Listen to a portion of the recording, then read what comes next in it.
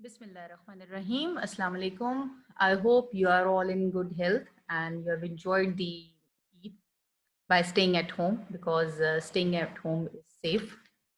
Okay, let me introduce myself. I am Dr. Huma Shafi, PhD Biochemistry and Molecular Biology. I did my graduation from Punjab University in Microbiology and Molecular Genetics. My MPhil and my PhD is in Clinical Biochemistry and Molecular Medicine. The overall education I gained is all about life and interacting environment. The biochemical pathways going on and the abnormalities occurring inside the human body. I worked in different medical institutes and universities as a research assistant, research associate, lecturer, senior lecturer, and assistant professor. I did my doctorate degree from National University of Science and Technology in collaboration with Newcastle University, United Kingdom, and I worked different laboratories. But behind all my academic and research background as a researcher, I want to do something productive to benefit the society and the nation, not just to only publish the papers. So I started working on learning the entrepreneurship, and and I found many people around me that they are working on entrepreneurship. They are working as entrepreneurs, and they have discovered and they have invented, innovate uh, such beautiful ideas into a developed solution, and they have launched such projects. Okay, I will tell you my upcoming project as an entrepreneur in my later upcoming lectures because they are connected to those specific topics. Let's start today's topic. Today, I will tell you about the role of innovation in science and technology. That is most important topic in the field of the innovation. Earlier, my other mentors, they told you about the innovation and the entrepreneurship. So let's summarize those in one topic today. Now, how the innovation is playing role in technological scientific discoveries. As you all know that scientific discovery is the process by which novel, new, empirically valid, general, and rational knowledge about phenomena is created. It is arguably the pinnacle of the human creative endeavors. Scientific discovery basically involves a diverse range of activities with which humans strive to search for new scientific knowledge, find explanations for phenomena, revise existing knowledge, or integrate it with new findings. Many academic and popular accounts of great discoveries, they surround the process with mystery that what lies behind, ascribing them to a combination of serendipity, various imaginations, and the special talent of geniuses. Now, all these difficult words they combined and then they form the great discoveries. We will discuss these difficult words today. So today we'll try to understand the innovation and then we'll go deeply into the technological innovation. As we all know that it has been the foremost or the fundamental element in the promotion of economic development and social change, either directly or indirectly. We're talking about the technological innovation. It is very difficult to measure its short-term impact precisely. Nobody would reject the notion that technological process is changing the world at an incredible rate. The most obvious contribution is transport and communication that have changed from the primitive means. Primitive means, as you were familiar with horses, carriages, handwritten letters, to the advanced methods such as superjets, telephones, and faxes, as well as increasing efficient computer networks, of which the internet has become the most important means of transmitting the information. Now, behind all these technological innovation, there is one mechanism of competition. I think you have heard about that mechanism. It is called a leapfrog mechanism, or the leapfrogging. If you recall yourself in childhood, we all used to play game or in which one player kneels or bends over while the next in line leaps over him or her, like this. Now, in the theory of innovation, what is meant by leapfrogging? It refers to the breakthrough innovation that is leading to the creative destruction cycle. as opposed to smaller incremental innovation steps. The new breakthrough innovation often comes to swipe away the previous technology, consequently becoming obsolete. This is actually the meaning of leapfrogging in the innovation cycle. And in most cases, the new breakthrough comes in at a time where the current technology has already saturated the market.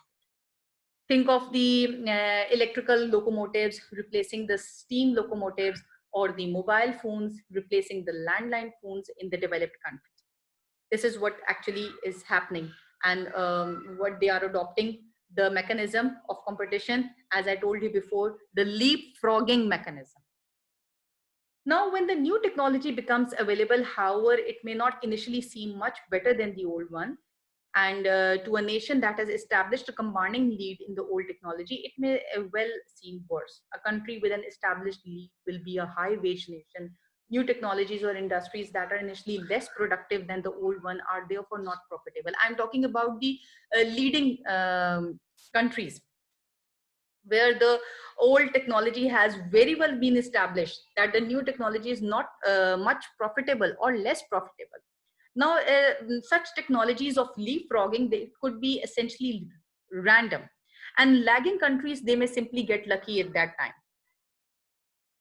However, prosperity and success are their own worst enemies. And these situations does not exist in all the circumstances.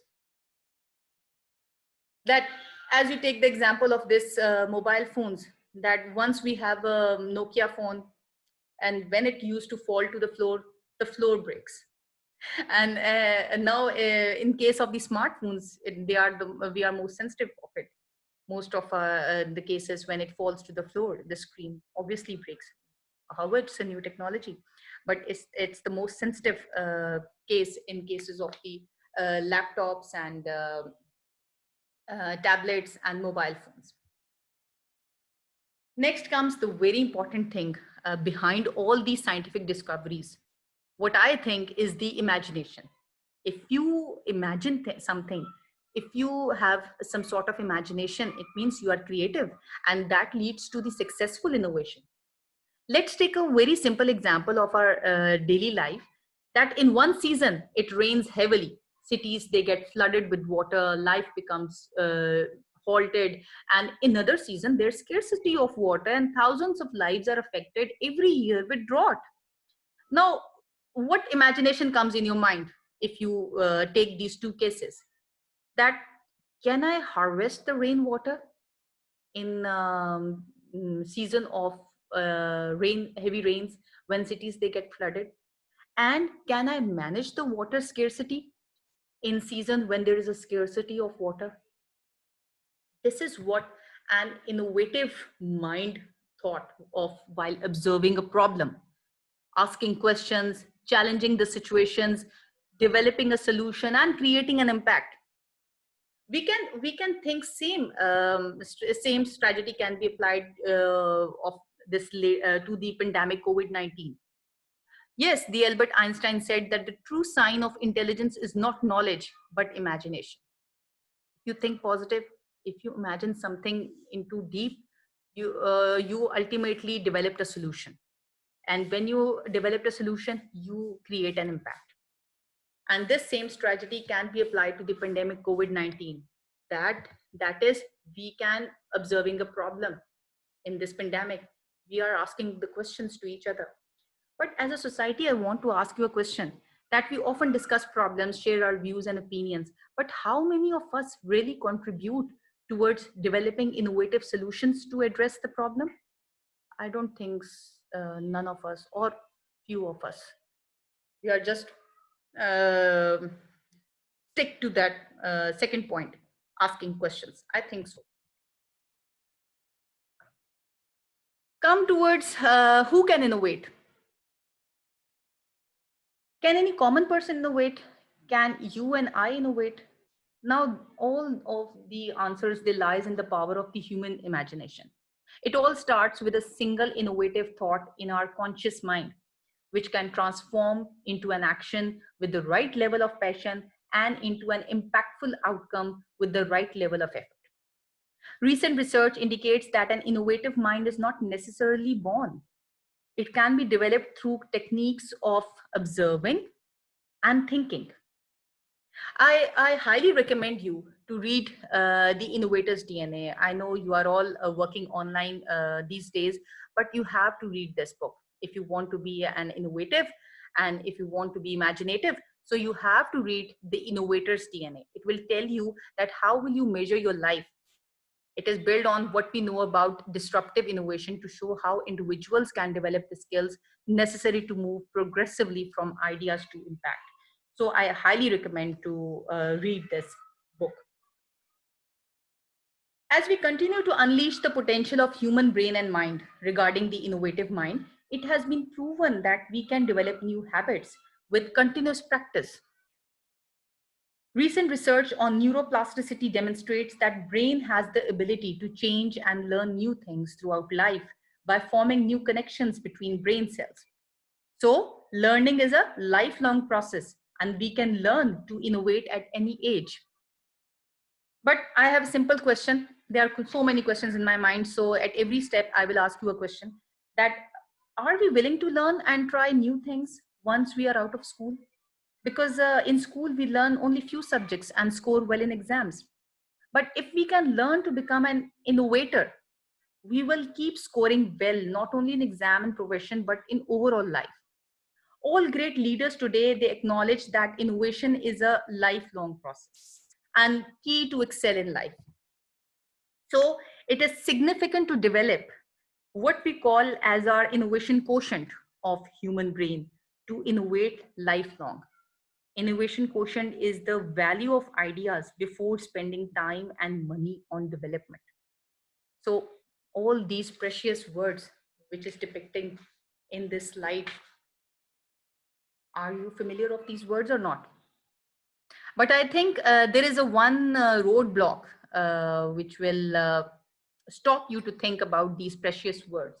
And that roadblock is the general fear of failure. Culturally, as a society, we are not open to gracefully accepting failure because we have a fear of financial fears, career fears, social fears, self-perception fears, fear of losing personal freedom, and all that. But if we want to innovate, we have to look at failures as an opportunity to gain experience and learn from instead of negative outcomes. Therefore, the possible outcomes should be seen as either win or learn. And we have to nurture this change from the early years in the school to promote innovation at an early age. But as a mentor, I want to ask you some questions. That as this man, he has jumbled up imaginations or thinkings. And this man is asking some questions to him, as I want to ask you some questions. That do your aspirations change with time? Do you want your life to get better? Or do you want to be the one leading and influencing that change throughout new impactful ideas? As Einstein said, that it is insane to do the same thing over and over again and then expecting different results. So if we need different experiences, different learnings, we need to try different things. We need to innovate. We need to unleash the potential of human innovative mind. And one should challenge oneself to learn lifelong and develop a creative mind. And one life is probably not enough for it. So one should start young, as early as possible, and therefore start now. And unfortunately, I'm not blaming parents, but parents, they are treating their children as an investment. इसमें इनका कसूर भी नहीं है. Because they think that paying for their children's education makes them entitled to dictate their children what careers they should pursue in their lives. Sadly, many of the children think that accepting this generous gesture means that now they should let their parents take charge of their life. This is how they understand respecting their parents. और हम भी बचपन से यही करते आ रहे हैं. हम क्यों पेरेंट्स की रिस्पेक्ट करते हैं? वो बड़े हैं, गार्डियंस हैं, उन्होंने हमें सीधा रास्ता दिखाया है और उन्होंने हमें एक प्रोफेशनल पाथ भी बता दिया. अ डॉक्टर बनने का, लॉयर बनने का, इंजीनियर बनने का, how to make more money, how to have a better life. This stereotypical view of life and understanding of the purpose of work in human's life, according to the philosophy work, it is supposed to bring you good money with which you will be able to pay for your doctor, lawyer, engineer lifestyle, and that's it. I think इसमें आपको गुंजाइश बचती है कि हम कुछ innovate करें या हम कुछ इमेजिन करें. मुझे नहीं लगता कोई चीज ऐसी बचती है. Most parents, almost all parents, they want the best for their children. For them, best often means safety. And for them, safety is more important than the potential benefits of taking up risks in the life. तो फिर तो innovation का सवाल ही पैदा नहीं होता. इतनी ज्यादा सिक्योर सेफ्टी लाइफ फराहम कर दी जाती है पेरेंट्स की तरफ से कि we can not have the benefit. हम रिस्क लेना चाहते ही नहीं है, या आगे भी हम अपने एज अ पेरेंट हम आगे अपने बच्चों को यही फॉरवर्ड कर रहे हैं. So for them, it's better to stick to what's familiar and thus safe. They know how to have a pretty secure life. They have cracked the code. They have cracked the code, so to speak. This is all what we are doing.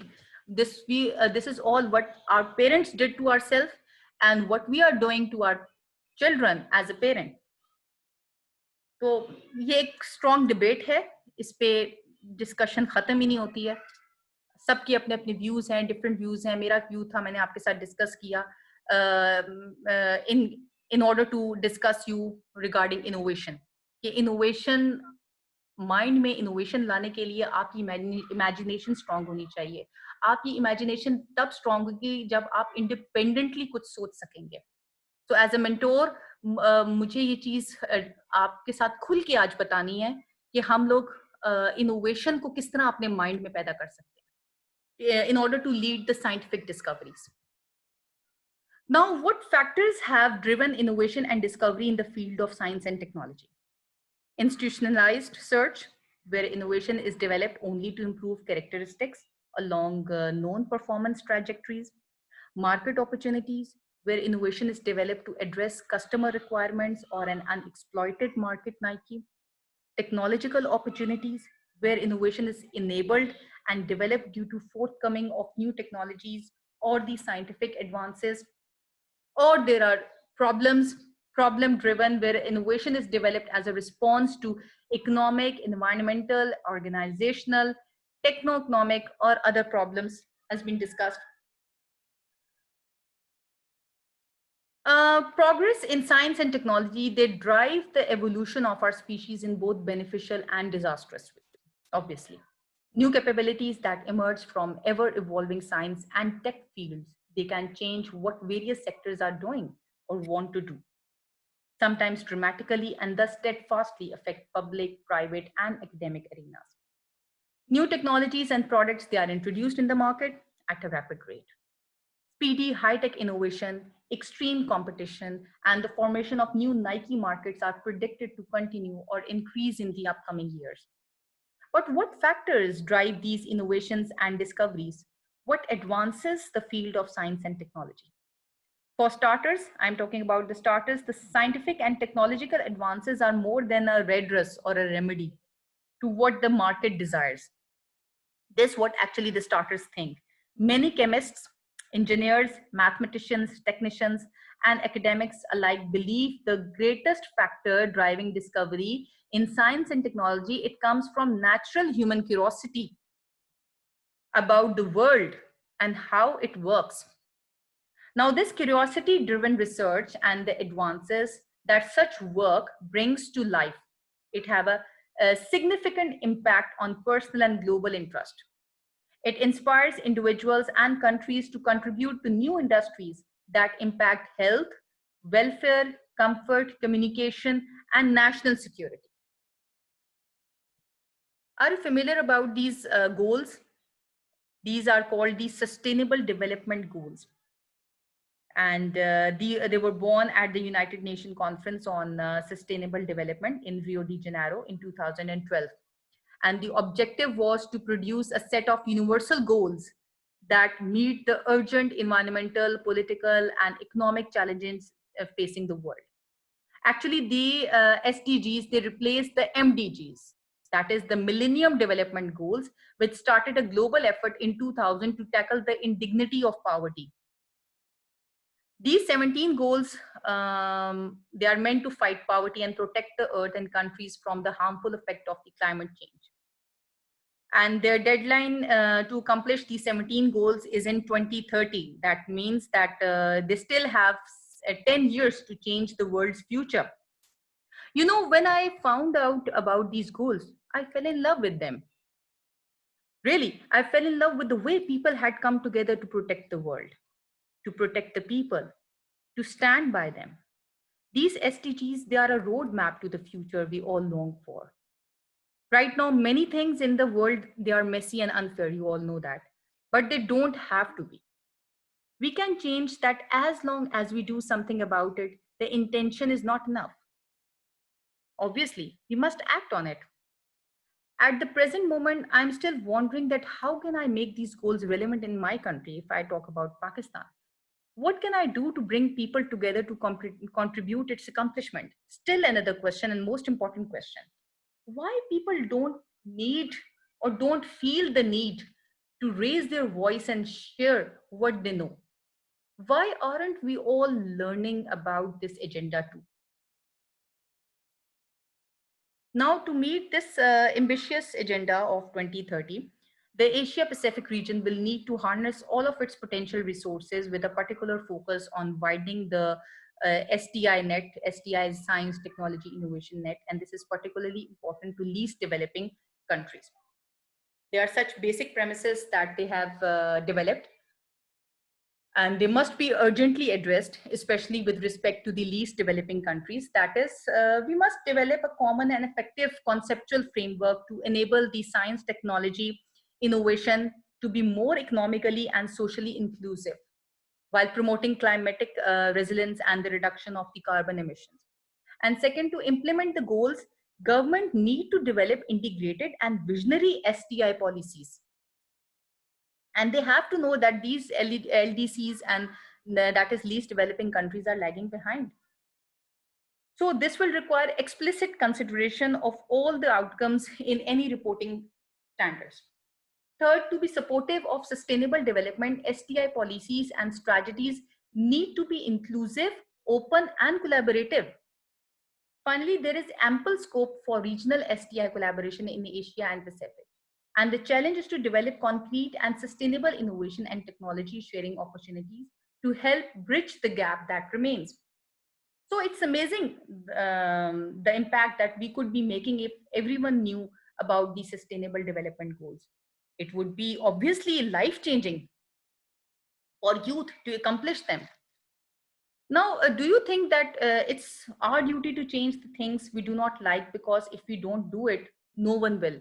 Now, if you look, if you look on these 17 goals, and obviously the United Nations conference, these goals were set, and the agenda is now coming, and people are working on it. Don't you think it's our duty to change the things we do not like? Because if we don't do it, no one will. As a youth, we are the leaders of the world despite what older generation think. So it's our responsibility to take action and contribute to the sustainable development goal. I'm talking about that we should apply it to our country and forget about that what government is thinking, what United Nations is thinking, what the organizations are thinking about it.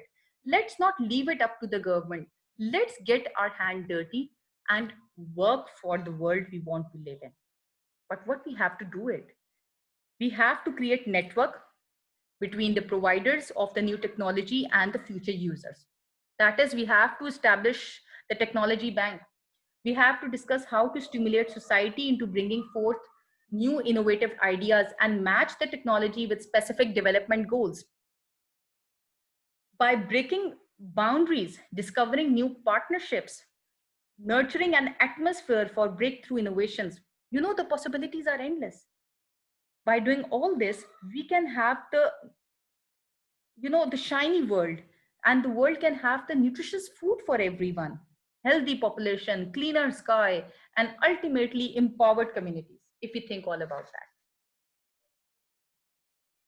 If we talk about building innovative Pakistan, how we can build innovative Pakistan, how we have to make our higher educational institutes as center of excellence with people of great knowledge.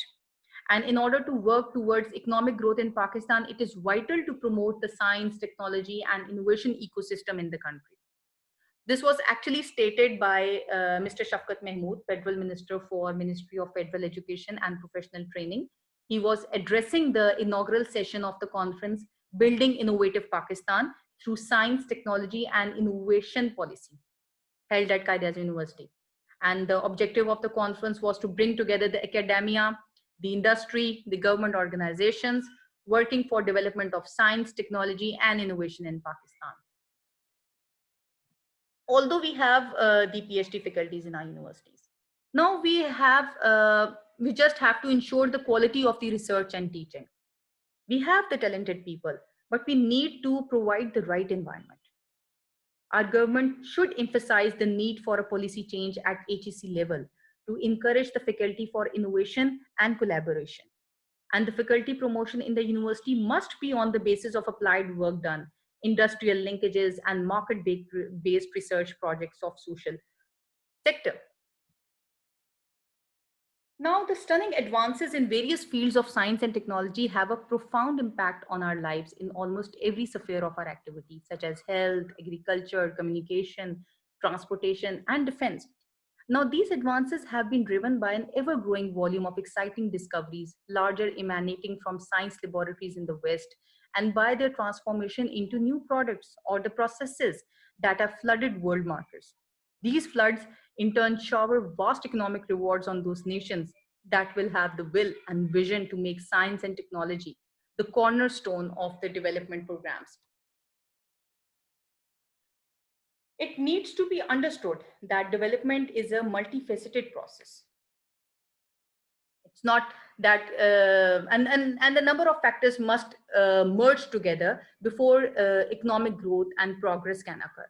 Now, in my opinion, there are 5 key points or 5 key components that must come together in order to make that development, in order to make that multifaceted process and the development successful. First, the development process must be built on the foundation of high degree of literacy and quality education at all levels. This is very important. Second, important facet for development is a high level of expertise in the science. Only when we have high quality basic research in vast field and can work at the cutting edge knowledge of that we will have the capacity to absorb frontier technologies and adopt them for our use.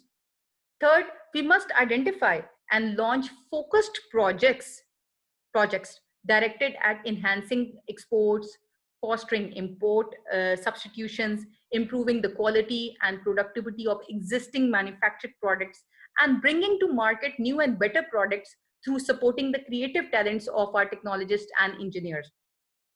The fourth important facet involves the government policies and mechanisms to encourage the investment of entrepreneurs in indigenously developed products and processes.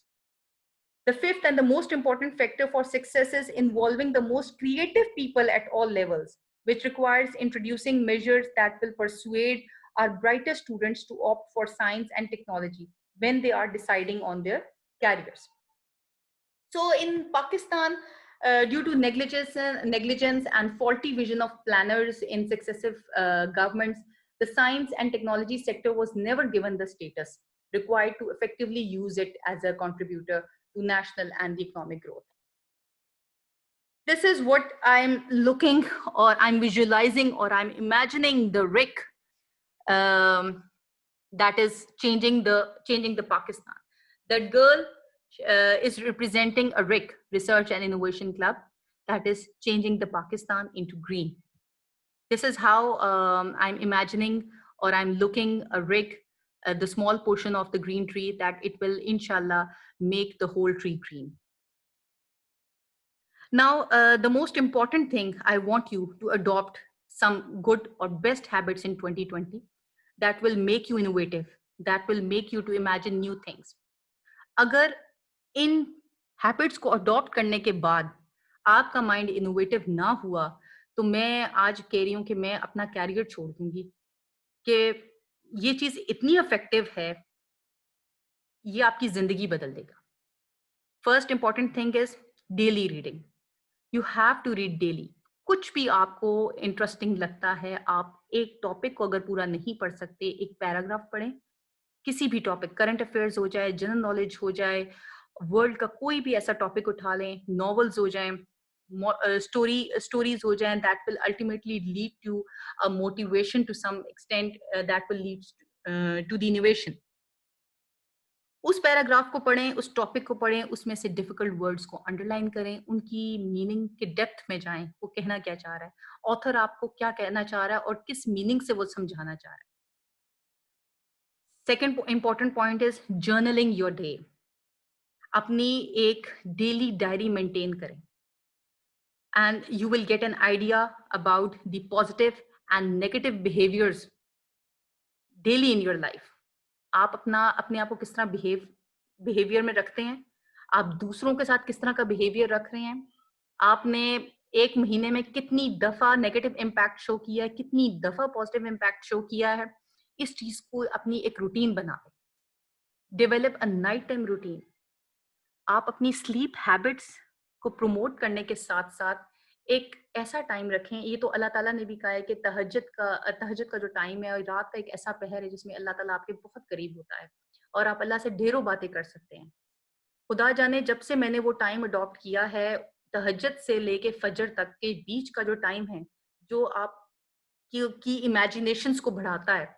उस दौरान अगर आप कुछ imagine करेंगे और साथ-साथ अल्लाह को याद करेंगे कि अल्लाह ताला आपकी इमेजिनेशंस में इज़ाफ़ा करेगा और आपको ऐसी-ऐसी थिंकिंग्स आपको आएँगी कि आप सोच नहीं सकते। इसके साथ-साथ डेली एक्सरसाइज़, अपनी फिज़िकल एक्टिविटी को बढ़ाएँ because physical activities, the exercise it will leads you a fresh mind. Fresh mind के साथ फिर आप बहुत अच्छी इमेजिनेशंस कर सकते हैं। And last but not least is the monthly investing. कुछ ना कुछ इन्वेस्टमेंट शुरू कर दें। और पैसे अपने मंथली सेव करना शुरू कर दें। कुछ ऐसा पैटर्न बनाएँ अपने इन्वेस्टमेंट का कि आपको आइडिया हो जाए कि इस मंथ में आपने इतना इन्वेस्ट किया या इतना खर्च किया या इतना सेव किया। ये सब आपको आइडिया हो जाएगा और ये इस प्रैक्टिस में रहेंगे तो आपकी हैबिट बहुत अच्छी डेवलप हो जाएगी इंशाल्लाह सून। तो विश यू गुड लक। और इंशाल्लाह हम लोग आगे इससे भी डीपली जाएँगे इन टॉपिक्स में और हेल्थ टेक इनोवेशन के बारे में भी इंशाल्लाह आपको मैं बताऊँगी और अपनी जो मेरी जो एज़ एन एंटरप्रेन्योर जो मेरा एक प्रोजेक्ट चल रहा है, उसके बारे में इंशाल्लाह मैं आपको बताऊँगी। So thank you so much. If you have any questions you can ask me और I am available for you any time. So अल्लाह हाफ़िज़।